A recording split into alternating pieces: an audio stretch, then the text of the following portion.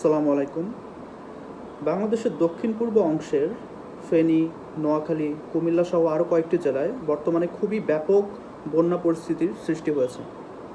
এই বন্যা পরিস্থিতির অবস্থা বর্তমানে এতই খারাপ দিকে চলে গিয়েছে যে এটিকে স্মরণকালের সবচেয়ে ভয়াবহ বন্যা হিসেবে বলা হচ্ছে। বাংলাদেশের মিডিয়াতে পাওয়া তথ্য অনুসারে ভারতের ত্রিপুরা রাজ্য এবং বাংলাদেশের দক্ষিণ পূর্ব অংশে ব্যাপক বৃষ্টির পাশাপাশি ডম্বুর নামের বাঁধ খুলে দেওয়ার জন্য এই বন্যা পরিস্থিতির খারাপ অবস্থার সৃষ্টি হয়েছে। অন্যদিকে ভারতের পররাষ্ট্র দপ্তর থেকে যে স্টেটমেন্ট দেওয়া হয়েছে সেখানে ডম্বুর বাঁধ খুলে দেওয়াকে নয়, বরং অতিবৃষ্টিকেই বাংলাদেশের বন্যা পরিস্থিতির জন্য দায়ী করা হয়েছে। আসুন আমরা এই ভিডিওতে জানার চেষ্টা করি আসলে বাংলাদেশের এই বন্যা পরিস্থিতির জন্য কোন বিষয়টি দায়ী, আর এর পিছনে কি ডম্বুর বাঁধ খুলে দেওয়ার বা এটি স্বয়ংক্রিয়ভাবে খুলে যাওয়ার কোনো প্রভাব রয়েছে। আসুন এই ভিডিওতে আমরা এই বিষয়টি জানার চেষ্টা করি। বাংলাদেশ ও ভারতের মোট অভিন্ন নদীর সংখ্যা 54টি, আর এই 54টি নদীর মধ্যে মোট 30টি নদীতে ভারত বাংলাদেশ সীমান্তের কাছাকাছি বাঁধ নির্মাণ করেছে। এই বাঁধ নির্মাণের অন্যতম কারণ হচ্ছে তারা যেন নদীর প্রাকৃতিক প্রবাহকে নিয়ন্ত্রণ করতে পারে। ঠিক এই জন্যই আমরা দেখতে পাই যে শুকনো মৌসুমে বাংলাদেশের বেশিরভাগ নদীতে চর পড়ে যায়, অর্থাৎ নাব্যতা সংকট দেখা দেয়। এর কারণ হলো ভারত সেসব বাঁধকে কাজে লাগিয়ে পানির প্রবাহকে বাংলাদেশে আসতে বাধা দেয়, যার জন্য বাংলাদেশের নদীতে পানির সংকট দেখা দেয়।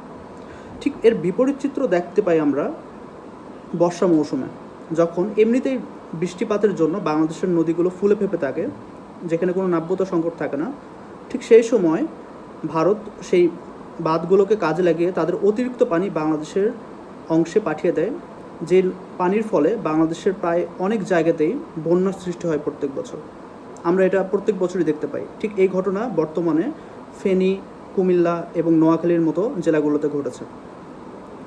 কিন্তু এই বাঁধগুলো কি আন্তর্জাতিক কনভেনশন বা নিয়ম নীতির অনুসরণ করে তৈরি করেছে ভারত? আসুন আমরা এই পর্যায়ে এই বিষয়টা জানার চেষ্টা করি।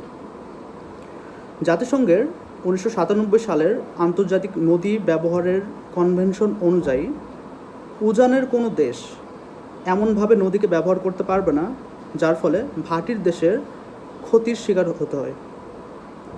সুতরাং আমরা দেখতে পাচ্ছি যে ভারত কোনোভাবেই বাঁধগুলো নিয়ম নীতির অনুসরণ করে করেনি, বরং তারা নিয়ম নীতিকে ভঙ্গ করে বাঁধগুলো তৈরি করেছে। এ পর্যায়ে আমরা ভারতের পররাষ্ট্র দপ্তর থেকে প্রকাশ করা স্টেটমেন্টটি অ্যানালাইজ করার চেষ্টা করব। সেই স্টেটমেন্টে বলা হয়েছে যে সেই ডম্বুর বাঁধটি কেউ খুলে দেয়নি, বরং সেটি পানির চাপ সামলাতে না পারে একে একে স্বয়ংক্রিয়ভাবে খুলে গেছে। যদি আমরা কিছুক্ষণের জন্য এই বিষয়টি মেনেও নেই যে বাঁধটি পানির চাপ সামলাতে না পারে একে একেই খুলে গেছে, সেক্ষেত্রেও কিন্তু এটি স্পষ্ট যে সেখানে এত বেশি পরিমাণ পানি ছিল যেটি বাঁধটি ভেঙে ফেলতে পারত। আর বাঁধ যখন খুলে যায় বা কেউ সেটাকে খুলে দেয়, তখন সেই বিশাল পরিমাণ উন্মত্ত জলরাশি কিন্তু বাংলাদেশে গিয়ে পতিত হয়, বাংলাদেশের ফেনী দিয়ে, তারপর কুমিল্লা দিয়ে বাংলাদেশে প্রবেশ করে। আর এই পানির ফলেই কিন্তু বাংলাদেশে বন্যা পরিস্থিতির সৃষ্টি হয়। কিন্তু ভারতের পররাষ্ট্র দপ্তর আবার এটাও বলছে যে বন্যার আসল কারণ বাঁধের সামনের অংশের 120 কিলোমিটার অংশে ব্যাপক বৃষ্টিপাত, যেটা তাদের স্ববিরোধী কথাকে প্রমাণ করে। কারণ তারা একই সাথে বলছে যে বৃষ্টিপাত প্রধান কারণ, আবার একই সাথে এটাও বলছে যে বাঁধ পানির চাপ সামলাতে না পারে খুলে গেছে। তাহলে পানির চাপ সামলাতে না পেরে যখন খুলে গেছে, সেই পানিগুলো কোথায় গিয়ে পড়েছে? সেই পানিগুলো তো বাংলাদেশেই গিয়েছে, আর বাংলাদেশে যাওয়ার পরেই না তা বন্যাকে আরও প্রকট করেছে। সুতরাং আমরা দেখতে পাচ্ছি ভারত এখানে অপকৌশল বা কূটকৌশলের আশ্রয় নিয়েছে এই বিষয়টিকে ট্যাকেল করার জন্য।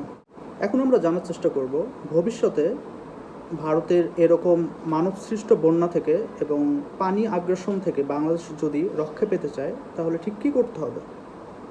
প্রথমত, বাংলাদেশের যতগুলো অভিন্ন নদী রয়েছে সবগুলো নদীর জন্য ভারতের সাথে একটি চুক্তি সম্পাদন করতে হবে, যেখানে বাংলাদেশের ন্যায্য পানি আদায়ের ব্যাপারটি নিশ্চিত করা হবে। আর ভারত যদি এরকম কোনো চুক্তি করতে অস্বীকার করে বা তারা না চায়, সেক্ষেত্রে আন্তর্জাতিক বিভিন্ন সংস্থার মাধ্যমে, যেমন জাতিসংঘ এবং আন্তর্জাতিক আদালতের মাধ্যমে এই বিষয়টি নিশ্চিত করতে ভারতকে বাধ্য করতে হবে।